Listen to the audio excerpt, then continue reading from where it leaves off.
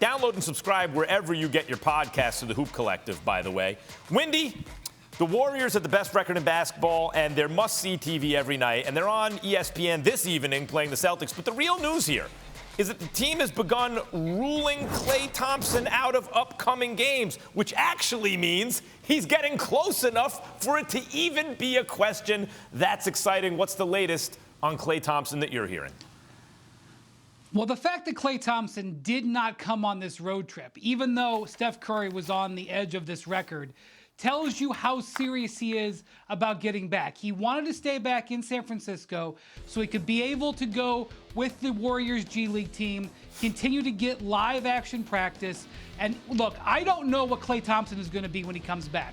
When you talk to people around the Warriors, they say he is not looking to make a ceremonial return. He wants to return and instantly be a significant addition. He wants to hit the ground running. Obviously, that's a big ask, being out 2 seasons, but there have been whispers in and around the Warriors these last 2-3 months that Klay is looking good. So when he does come back, I would have some reasonable expectations because he has them for himself. You know, given what you just said, what can we realistically expect of him? And both sides of the floor, Windy. I'm not talking about getting your own shot, anything like that. But in the act of shooting the ball, I think he's probably the best shooter ever. If just the shooting of the ball, he's incredible and can get incredibly hot. And he's also a great defender. So both sides of the floor, what can we realistically expect? Well, remember, he once had a game where he scored like 50 points and took like 9 dribbles. So I have no doubt that even if he's not 100% movement-wise, he's going to make shots. And with the Warriors and the way they operate their offense, they will generate him open shots. What will happen is as soon as he gets out on the court, the opposing team will applaud, and then they will immediately test him defensively. They will run him from one side of the court to the other, and he will take shots. We will see how he can trail defenders as a defender and how he can challenge shots. And then we'll get a good feel. But again, Klay has been preparing for that. He has been running around against teenage G Leaguers to get ready to play at the NBA speed, and we'll see when he comes back. I don't think he comes back on the court unless he thinks he can be relatively close to himself defensively.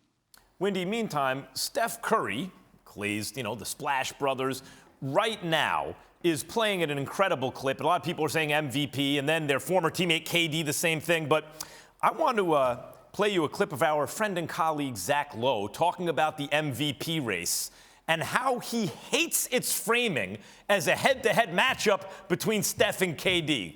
Watch this. It's beyond stupid that we frame this as a two-man race.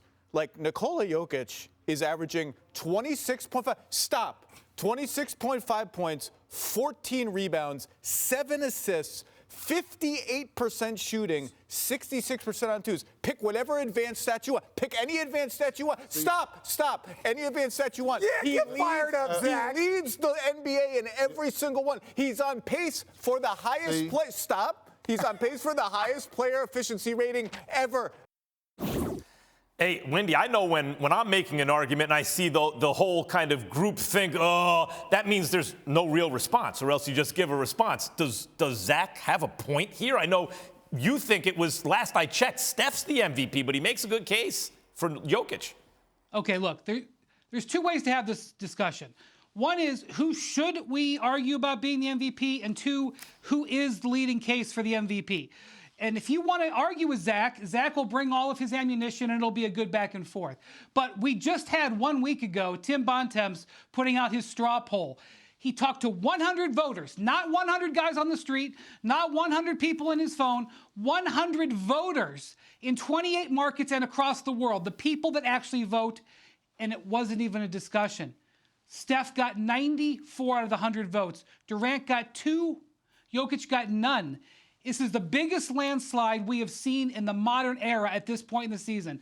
Does that mean that's where it's going to be in March? Of course not. Does that mean Nikola Jokic doesn't have a case? Of course not. But right now, the people who actually vote think Steph Curry is the MVP by a greater margin than Secretariat won the Belmont. Yeah. And that's just a reality. You can take it from there wherever you want to go. Yeah, but people who actually vote throughout MVP history in all sports have been wrong from time to time, and spectacularly wrong at times. From what you're hearing quickly, is there any because Jokic just won the award and people don't really believe he's the best player in the league? Is there any of that going on? You know, Steph's numbers this year are actually a little bit less than they were last year. But the Warriors are so great that it's overwhelming everybody.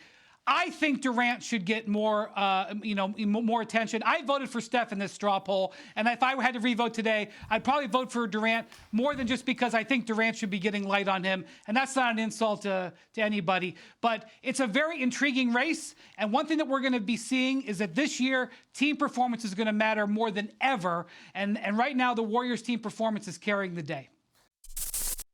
Thanks for watching ESPN on YouTube. For live streaming, sports, and premium content, subscribe to ESPN+.